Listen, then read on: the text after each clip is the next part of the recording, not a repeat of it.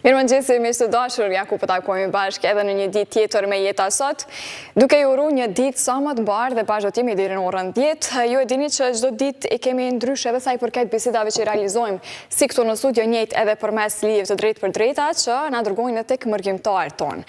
Kemi vendosur që çdo herë e martë atje dita e mërgatës, prandaj edhe ju themi gjithmonë që t'jeni pranë nesh përmes numrit tonë kontaktues edhe pyetjeve që tentojmë t'i parashtrojmë e që lidhen ndonjëherë me bisedat. Sot do të shkojmë në Munich të Gjermanisë, atje ku do të flasim bashkë me zotin Mislim Berisha, i cili na lajmërohet për të treguar për kandidaturën e tij në Këshillin Bashkiak për qytetin e Augsburgut. Është interesant që në shumë raste kemi diskutuar jo vetëm për zotin Mislim, por edhe për shumë shqiptarë të tjerë në Evropë e në botë që arrin të jenë të suksesshëm. Madje pyetjen që kemi parashtruar kësaj here e që po e lidhim me bisedën ka të bëjë kështu. Duam ta dim mendimin e juaj se a janë të zot, a janë të aftë shqiptarët që të udhëheqin në institucione të ndryshme jashtë Kosovës, pra në Evropë apo botë. Përgjigje juaja i keni të mundshme t'i bëni përmes numrit tonë kontaktues në Viber ose edhe të telefononi direkt. Unë kam kënaqësi shumë që do ta përshëndes tash zotin Mislim Berisha, po ulem, po rehatojmë edhe po bisedojmë bashkë me të, ta shohim pak si e kemi menihun e Gjermanisë fillimisht, edhe pse flasim për një qytet tjetër që është Augsburgu e ku e kemi kandidat për Këshill Bashkiak atje. Krejt këtë rrëfim na i tregon ai sot në studio. Zotin Mislim, mirëmëngjesi. Mirëmëngjesi, Aljana. Faleminderit shumë që i bë pjesë jona sot. Të uroj një ditë mbar, edhe tregon pak si e kemi menihun me këtë mëngjes. Faleminderit që ma keni ofruar mundësinë të tregoj pak shumë edhe për aktivitetin tim personal këtu. Ndoshta jo vetëm personal, sepse gjitha aktivitetet në diasporë bëhen bashkërisht me komunitetin. Sigurisht po, nuk i prezantova titujt të cilët i gëzon se ka aq shumë, por sot do ta kemi fokusin edhe më tepër tek kandidatura që do të kesh për antar të Këshillit Bashkiak të Augsburgut, po hajde fillimisht veç një njoftim edhe për shikuesit se kush është Mislim Berisha dhe aktivitetin që e ke pas, sepse unë e di qysh ka herë prej kur ke shku nga Kosova atje në Gjermani, në fillim nëse s'gaboj ke shku në Suedi apo? Po, në vitin 91 kam shku në Suedi, kam qëndruar 2 vite atje. Faktikisht, unë me përjarë jam arsimtar, në profesioni jemi parë është arsimtar i matematikës, edhe për mua rëndësi të madhe ka pas rinia shqiptare ku tash jeton, dhe për këtë arsye angazhimi im kryesor në Suedi ka qenë me nxënësit, me rinin shqiptar atje, ku dhe jam angazhuar për më përkujdes për ta derisa kam arritur edhe të hapi edhe shkollën shqipe në Suedi në Vestevik të Suedisë. Po, e kjo është vetëm një prej pikave kyçe që unë du me i diskutu shumë, sepse të flasim për shkollat shqipe jashtë shtetit, ku kemi të bëjmë me fëmijë mërgjimtar që në rrethana të ndryshme janë detyruar të shkojnë atje, pra në cilin do shtet Kosovës, kjo është një arritur goxha e madhe. Po, lëvizja prej Kosovës në Suedi e mëndej edhe në Gjermani, zoti Mislim, sa ka qenë ndoshta e vështirë për shkak se kanë qenë periudha të luftës si refugjat nga Kramoviku i Rahovecit drejt Suedisë e Gjermanisë më tej. Për arsye problemeve domethënë familjare, familja ime me shtetin që ka pas, unë nuk kam poseduar pasaport personale, kam një pasaport tjetër dhe kam mirë Suedi. Tash në Suedi kam qëndruar 2 vite edhe jam angazhuar me njëherë në punë me komunitetin tonë atje. Kam pa kontakte me suedez, me organizatat e ndryshme, me kisha suedeze, sepse kanë edhe rolet e veta ata në shoqërinë e tyre. Edhe kemi shkëmbyer mes vete temat e arsimore, temat politike, situatës në Kosovë në përgjithësi. Pastaj unë atje e hapa dhe shkollën e parë shqipe, natyrisht me Vestevik Suedisë, ajo shkollë funksionon akoma. Dorso me kalimin e kohës fillova me pas se për brenda shtetit suedez ka edhe persona që janë infiltruar aty kështu në politikat serbo-jugoslave në atë kohë, edhe patën ardhen në një shkallë që e bani farë lloj fyrje ndaj komunitetit tonë dhe unë reagova bukur ashpër me greva, me takime ndryshme, me protesta. Dhe më në fund ata ma ndërprejnë lejnë dhe qëndrimin në Suedi dhe më këthyri në Sofjët e Bullgarisë. Pra arsyeja pse është dashur me u kthy prej Suedisë, pavarësisht që ke insistuar shumë me bë për Shqipën atje, ka qenë pikërisht kjo pengesa që të ka dalë prej suedezëve, apo?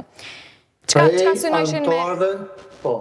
prej antarëve të qeverisë suedeze. Nuk them unë prej suedezëve, se unë kam pas një komunikim jashtëzakonisht mirë me qytetin Västervik suedis, me çast momentin kur ata më kanë izoluar mua për me më kthy, mos me ikun prej burgut aty kështu.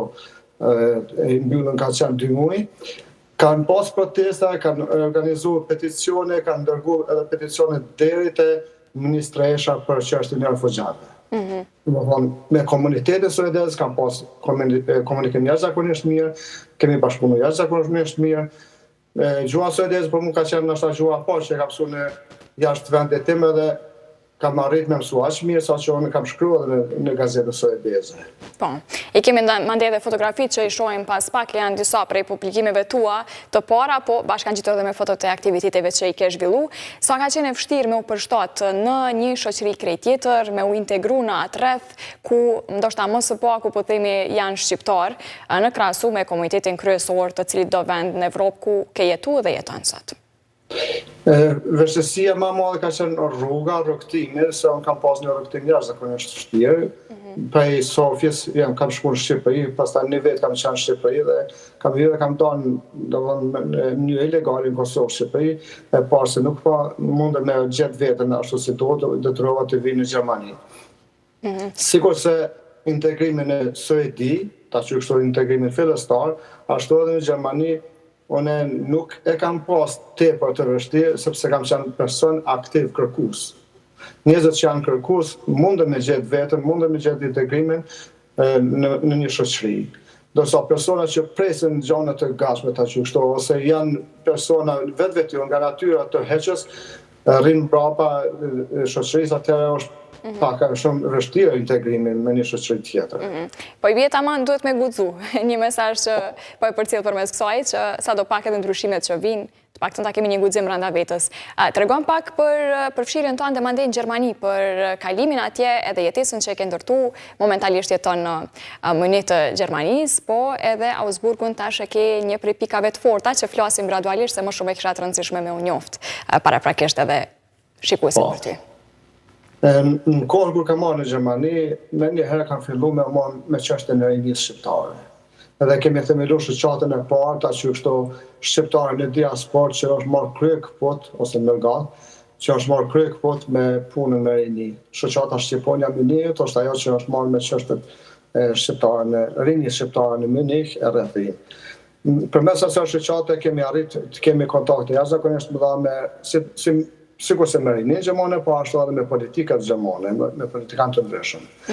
Kemi arritë të bëjmë shkëmbimet kulturore me arresht në Itali, sepse brenda Bashkimit Evropian lejon edhe projekte të ndryshme. Mirë, po me kalimin e kohës kemi arritë të bëjmë shkëmbime edhe me Kosovën dhe me Shqipërinë, shkëmbime rinore.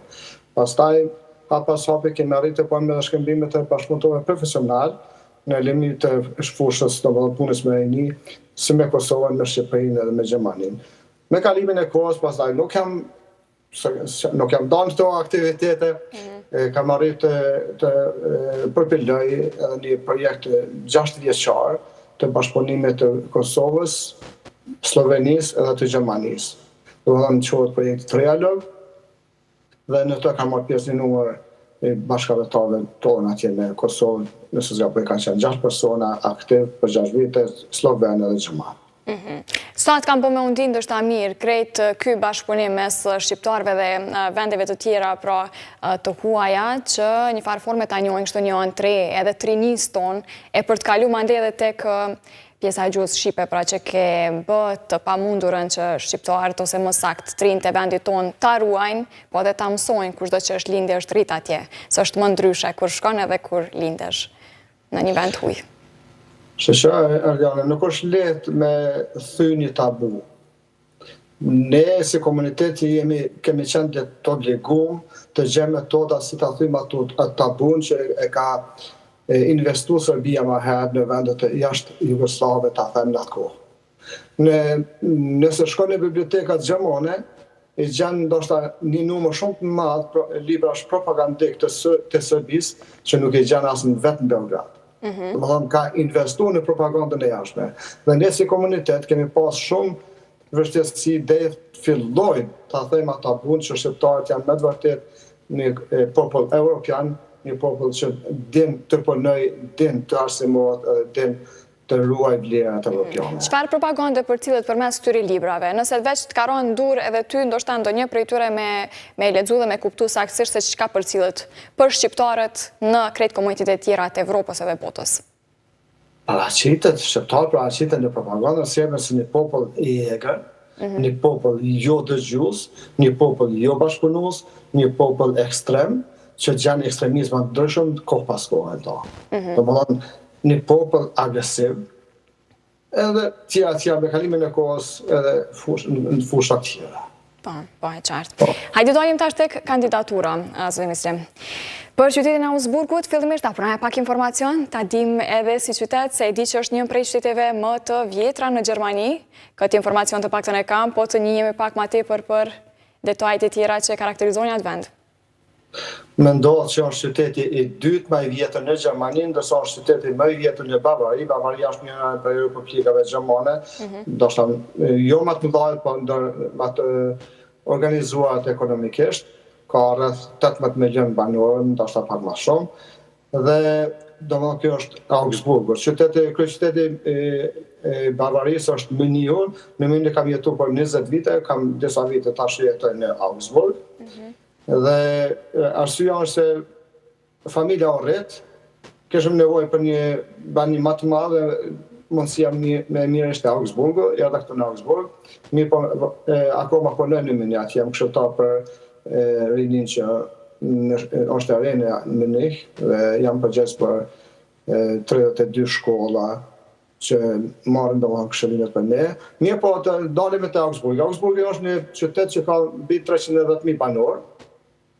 Dhe këto komunitete shqiptare është jashtëzakonisht integruar. Kryesisht integrimi e komunitetit tonë është në fushën e ndërtimtarisë, në fushën e gastronomisë, po edhe në organizimin e shoqatave. Në organizimet politike ka ngecje në komunitetin tonë dhe unë mora hapin e parë që të jem kandidat për Asamblenë Komunale në Partinë Socialdemokrate. A që e vështirë kë vendim? A ke mendu ka herë ndoshta përfshirjen tonë në politikë, të i pas krejt këto aktivitete? Unë kam një bagazh të punës me shoqata. Domethënë në mori shoqata se në meni ashtu edhe në Augsburg kam qenë në kryesinë ose kam themelu.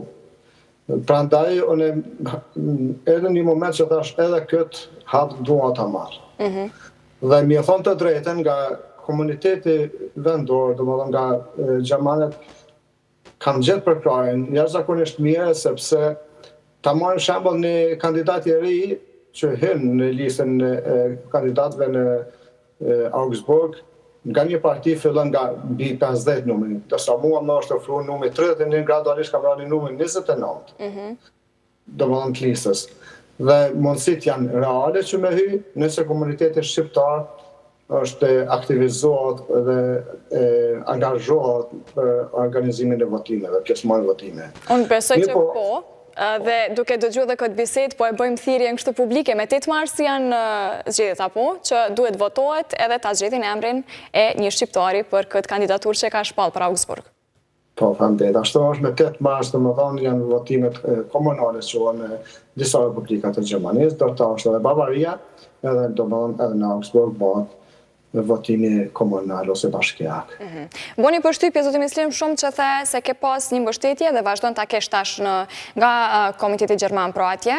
Ndryshe prej vendeve të tjera që kam dëgjuar, të paktën e kemi kështu nga përvoja e mysafirëve më parë që e kemi pas, që tregojnë se e ka një farë hezitimi ndryshe për shqiptarët. Në këtë rast po has në të kundërtën. Si është me u përfshi, ndoshta duke e ditë që ndoshta ka prioritete tjera ose ndryshe she ti në këtë rast Augsburgu, ndryshe një Gjerman që ka lindë është rrit dhe ka jetu aty prej kohësh, a i ke vu ato pikat se çka do të ndryshosh, çka do të bësh? Kryesisht unë kam menduar të ndryshoj në fushën e arsimit. Edhe të punës me rini. Se për mua rinia është një pika më e dobët që e kam në jetë. Gjatë punës me rini, unë kam shkuar këshillimeve të sociale, kam shkuar deri në atë shkollë që kam edhe kam magjistruar, kam plotësuar normat, kam magjistruar në shërbime sociale. nuk e kam dërprej punën me një. Këtë fush kam dëshirë që inovacionet të rritet, shkollimi gjithë përfshirës të rritet në Augsburg, një kosisht edhe shoqatat, sidomos ato shoqata që kanë persone me prejare të huaj që kanë hezitime me po një kërkesë ose me avancu shoqatën e tyre në shoqëri, edhe atyre do të ndihmoj shumë. Do të mundom të ndihmoj shumë nëse do të jem në asamblesë. Po patjetër, a e përcjell, ma merr mendja që po, fushën politike të ne, zhvillimet që ndodhin, tregona pak një lloj krahasimi që kishte bo mes Gjermanisë edhe mes Kosovës, ndoshta për krejt mënyrën qysh qeverisët tek ne edhe qysh qeverisët atje. Shëshone, do me njës pak me një histori të një miku tim që është një antar një partije tjetër këtu në Augsburg, është një Ilir Seferi, edhe një ditë përpara është vendos një partinë tim edhe kemi caktu këto pjesëmarrje në listën pjesëmarrëse në asamblea ose kandiduese, dhe të nesër me thret ai thotë mislim unë po shkojmë mbledhje sepse kemi sot kështu vendimin për me caktu jam një për kandidatëve që do të hyjnë listën partisë Krist-Demokrate. Thash mirë tash Ilir, thash se unë mbrapa kam hyrë, thash edhe bëhemi dy. Atëherë ai e ka refuzuar më një herë. Ai nuk ka hyrë në listë, tha nuk du me nda komunitetin. Kemi një bashkëpunim të asim. Dësa në Kosovë e shonë një bashkëpunim real mes politikave dhe nuk konkurohet bazë vlerave, shpesh e konkurohet ndaj njëri tjetër në bazë të fyrjeve që bën njëri tjetër. Kjo është një dallim shumë i madh. Konkurenca e pastë në bazë vlerave, atëherë është ajo që çon në shoqëri përpara. Nuk mundemi të themi ti e ke qenë pak më i mirë, ajo është për mua nuk është e pranueshme. E ndryshimet që ndoshta i ke pa ndër vite, sepse udhtimi Kosovë, Gjermani e tutje e bën vetën, ndoshta shumë lehtë keni me pa përparimin ose jo të vendit ton, jo që jeni nga Mërgata, se sa ne ndoshta që jemi këtu brenda dhe na duket që asgjë s'po lëviz. Si e sheh? Përparimi ekonomik është bën më të madhe në Kosovë. Në për shumë qytete, shumë vende është bërë një ndërtim, ndoshta i egër qytete, po megjithatë përparimi ekonomik është në shkallën shumë të mirë, ndërsa përparimi në komunikimet shoqërore sociale, në përkrajën e rinisë, në drejtësi, në shëndetësi, në këtë fushë nuk ka. Domethënë ka përparime, po janë shumë të vobekta, sipas kjo është kallëveshtrimi ynë. Ndoshta gjithçka është shumë mirë, po unë nuk e sheh ashtu. Po të citoj për diçka që kam lexuar në disa prej shkrimeve tua, sa i përket asaj se kisha dashur me ditë se çka të mungon nga jetesa e Kosovës atje ose më saktë nga Rahoveci, nga vendi ku vjen. Një prej citimeve tua ka qenë këtu njeriu duhet të jetë i sakt, për ndryshe gjërat do shtojnë. E në Kosovë është më ndryshe. Çka saktësisht nuk kupton kjo? Këto në Kosovë është ajo mendimi hajse neglizhenca, hajse e bën nesa, hajse e kryen nesa, hajse e kryen pak ma vonë. Dorsa edhe ky tjetër që ndoshta ka një takim me ty ose me dikë tjetër aty ose ka me marrë vendim për bashkët, edhe ai ka edhe një obligim tjetër ma vonë. Dhe nëse lidhet ka vonesa këtu, bëhet një vonesë ai tjetër dhe kështu është reaksioni zinxhiror që nga një shoqëri në çon mbrapa. Domthonë çdo gjë duhet të funksionojë ashtu sikur që është planifikuar, por ndryshe çdo kur shtyhen terminet, kur njëra e pengon tjetrën, atëherë fillon me humbje dhe besimi i bashkëpunimit. Dhe pikërisht humbja besimit bashkëpunimit është një nga temat në shoqërinë shqiptare kudo që jeton, edhe në Kosovë edhe në Shqipëri gjithandaj. Kthehemi edhe një herë te kandidatura zoti Mislim, du ta di pak mangësitë ose nevojat që e sheh që i ka Augsburgu si qytet për te arsimit që the se e ke pikë të fortë dhe don me intervenu më tepër aty, cilat ndoshta kishin me qenë, a ka diçka të përafërt që na lidh me vendin ton apo jo? Gjithsesi, unë jam një nga ata që kam iniciuar dhe udhëhequr projekte ndërkombëtare që kështosin internacionale mes shteteve ndryshme.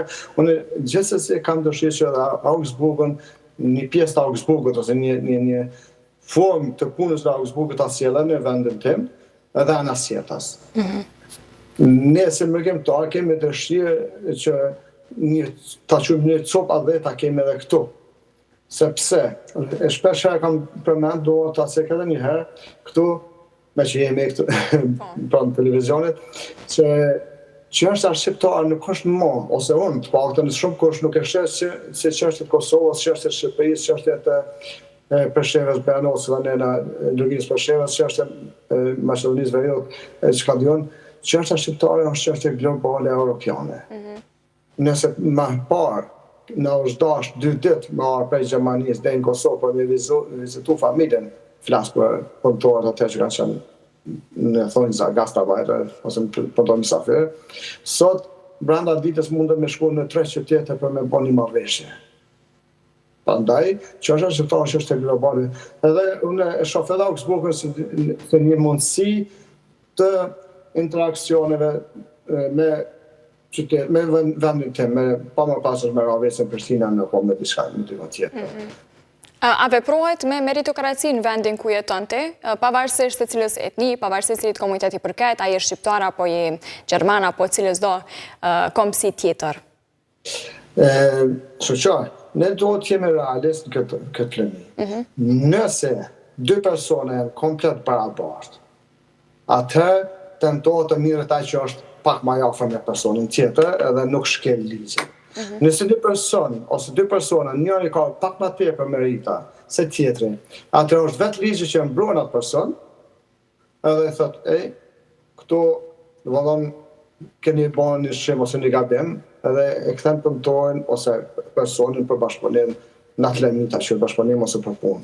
Prandaj meritokracia është në masën bukur të madhe, nuk mund të them 100%, por vlera shumë të mëdha.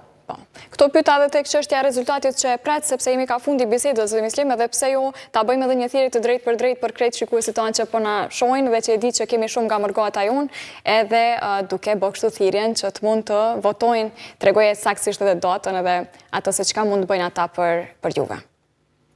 Po, ne bëjmë thirrje komunitetit tim që të dalim në votimin me datën 8 mars, të votojnë, domethënë, pak listën numër 5, që është Socialdemokratë, edhe numri im kandidaturës është numër 29.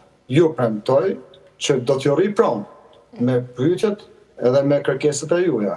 Kjo është ana ime, ndërsa bashkëpunimin e pres nga të gjitha shoqatat edhe nga gjithë komuniteti.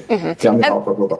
Edhe diçka, se tash po na lidhet edhe me zgjedhjet që kemi pas një vit tepër të ngarkum 4 palë zgjedhjet në vend, i ke pa besoj edhe fushatat që janë bo, du pak një lloj diferencë nëse mundesh me na bo për atë promovimin që ja bëjnë vetë kandidatët në Gjermani, më konkretisht tash në Augsburg, në krahasim me vendet e ne, në vendin tonë. A ndryshon diçka, çysh është promovimi që ja bëjnë vetës? Shoqare, promovimin vetës, këtu të paktën e shoh nga konveshtimi im, nga ana bashkëpunimit të me kolegë në bazë vlerave, në bazë punës. I bëjmë promovimin vetë, dalim edhe flasim me qytetarët vetë si persona, mirë po nuk guxojmë të bëjmë një promovim ta që kështu populist. Pra ka premtime reale që janë të prekshme, po thu? Ashtu. Se me premtime populiste këta janë mësu, ndoshta edhe shkaku i demokracisë jashtme janë mësu, i njohin që në fjali edhe ata persona dalin për listës shumë herët. E Kosova? Në Kosovë shoh pak ta shuj, nuk kam qenë mrenda me po mrenda për mrenda partisë, por nga përshtypja kështu kam që shtyen ka pak me bryla, edhe bën koalicionin me zveti, bën votimin njëri tjetrit. Ato nuk e me vlerë, ato e vlerë koalicion, vlerë bashkëpunimit në dosjet, domethënë prapasken. Ato e në paka shumë jotë mira sipas mendimit. E qartë, do të mislim, për fund po ta bëj pyetjen që e kam drejtu edhe tek shikuesit tonë, që pres edhe përgjigjet që na i dërgojnë në Viber, sa jemi të zot si shqiptar që të udhëheqim në institucione të ndryshme në Evropë edhe në botë. Të paktën edhe nga rastet jo vetëm tek ju personalisht të tash kandidoni, po edhe nga mitësitë e përvojat e ndryshme që i keni në krejt shtetet e mundshme. Nëse nisu nga përvoja ime, unë kam udhëheq projekte internacionale ose ndërkombëtare, kam pas kolegë gjerman, 6 kolegë gjerman, të cilët ma kanë besu mua udhëheqjen. Kam përpilu koncepte, statute, shoqata kam udhëheq. Me kanë kërku edhe në institucione tjera për më udhëheq shkakun e gjuhës angleze, kam dështu sepse mosha e ka bërë vetën që mos kem mundësi më me mësu gjuhën angleze, domethënë besimi vlerat ta si shoqëri Keni qenë në Parlament Evropian nëse s'gaboj për 3 herë radhazi? Kemi qenë në Parlamentin Evropian 3 herë radhazi. Kam qenë me grupet e bashkëpunëtorëve të rinis, me shoqata, me valltar edhe me delegacionin e komunës Raveci. Domethënë nga komuna Raveci kemi qenë në Parlamentin Evropian bashkërisht me ta. Qartë, faleminderit shumë për bisedën që e bëm bashk. Të uroj shumë suksese me datën 8 mars të këtij viti, pra shqiptarët duhet ta dinë edhe votën ku e hedhin, edhe pse jo të zgjedhin përshëndetjen e tyre më të mirën, ashtu siç e përmendet tek çështja e arsimit. Uroj që të takohemi prapë edhe në Kosovë, ju presim me shumë qejf. Faleminderit edhe përshëndet komplet stafin e juaj. Shumë faleminderit Naci, si çdo herë tjetër. Pra miq të dashur, këtë bisedë që kemi bërë bashkë me zotin Mislim Berisha, i cili na është lajmëruar nga Augsburgu i Gjermanisë, atje ku po kandidon për antar të Këshillit të Bashkiak, pra të këtij qyteti, dhe i tha disa prej pikave ku i ka vendosur edhe synimet. Ne këtu po e mbyllim këtë bisedë, po juftoj që me gjetë mandej në KTV Vizion, është kanali ynë zyrtar dhe është Jeta Sot. Në këtë pjesë do të mund gjeni jo vetëm këtë bisedë, por çdo tjetër, edhe pa diskutim edhe përmes rrjeteve tona sociale kontaktojmë që të kemi mundësi të lidhemi sa më shumë me Evropën edhe me botën, me shqiptarët tanë të suksesshëm. Ndajemi për pak me një këngë, edhe po kthehemi mandej me i lexu vetëm disa përgjigje që na kanë ardhur në Viber.